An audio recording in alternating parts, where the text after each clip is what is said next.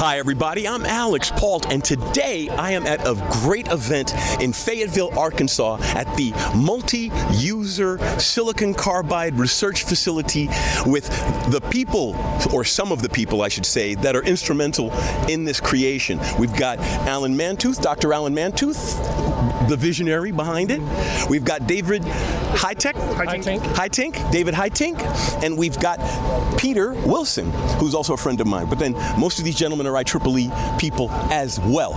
So, what I'd like to start by asking is, I understand that this is a decades-long effort. When did it start? Yeah, so the original concept started probably in 2017 to actually go for a fab. But the program itself, in terms of laying the groundwork for it, started in 2003 with the Northeast blackout. So that's 20 plus years. And so we started then with 4 faculty, started the power group. And at the time we talked about, should we be building our own silicon carbide? And the time just wasn't right. There were other places where we could build things at the time, so we thought, well, we'll get there eventually if we need it. Got it. But as we got into the mid-teens there, it became clear that if we were going to continue to build prototypes, we needed to take control of that. And so we decided to start down this road and see if we could get funding for it. And then we did achieve that. We got the funding in 2021. And through a couple years of planning, we broke ground in August of 23, and now November 25, it's opening up. Well, the interesting thing is that people are saying that this is the culmination of a great career in your part, but something tells me you're just getting started.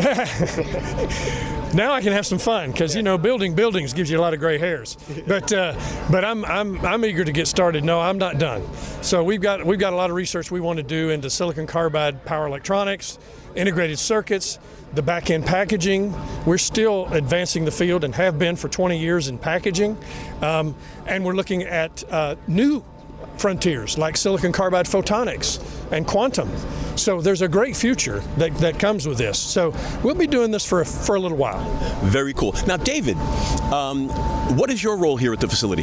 Yes, so I direct our High Density Electronics Center, which is our longest standing electronics research facility on campus. It actually started in the 90s on a DARPA award.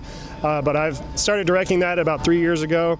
And it's a part of the overall ecosystem that we have here. Of course, we have the fab coming online, generating wideband gap semiconductors with silicon carbide, and then that would naturally flow through to the packaging efforts that we're doing, where we're doing things like 3D packaging and integration and multiple devices, cooling, all sorts of incredible things to really get the most out of the performance of the devices. Very cool. Now, how about you, Peter? Yeah, so Alan and I we worked together in the 90s for a software company, and that's kind of where we had we realized we had a common vision for how we could integrate some of the techniques from integrated circuit with power design. So I was a power electronics engineer and then moved into IC, and Alan had kind of taken the reverse direction, and we kind of met in the middle. And then I started to come from the early 2000s to the U of A. In fact, I taught a class on using multi-project wafer for IC design and developing some of those ideas, and we're working together all the way. And so it's really fantastic to see that from those early acorns of different ideas, different fields kind of coming together, and the place and the time is almost perfect. So I'm super excited to see where we can go next, because I really want to use this facility to do some of the multi-project type ideas that are now possible with silicon carbide, because until this, it's just really impossible to do it on a practical basis. Got it.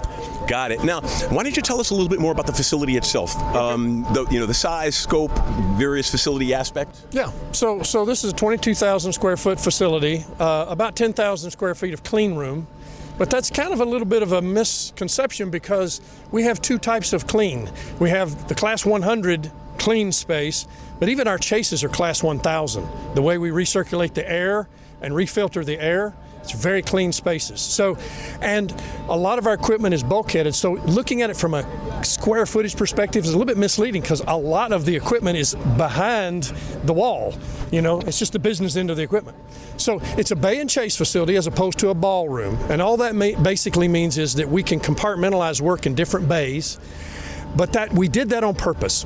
We did it so that we could be doing multiple projects at once. we could have a classified project in one bay because you have to badge into each bay, but we could be teaching a class in another bay.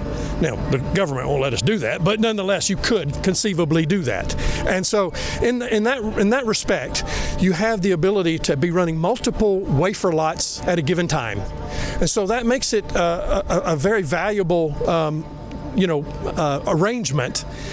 And of course, it also means that if we have to install a new piece of equipment, we don't take the entire facility down.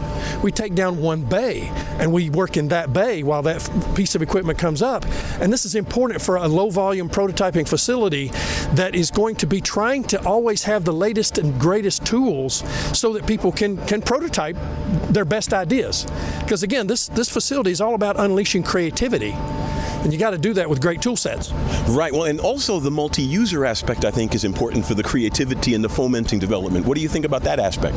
Well, it is. So the open concept, open in the sense that we will take customers and users from all walks, fabless, large companies, small companies, university professors, different ones. I mean, there's no prescribed, no membership subscription that would price people out of it or anything like that. You know, that people can access the facility and sort of express their creative juices in their circuits, their devices, and so forth. And in that way, I think it's a value to the nation and perhaps even the world that there's an opportunity to come to a place where you can sort of have a sandbox to play in.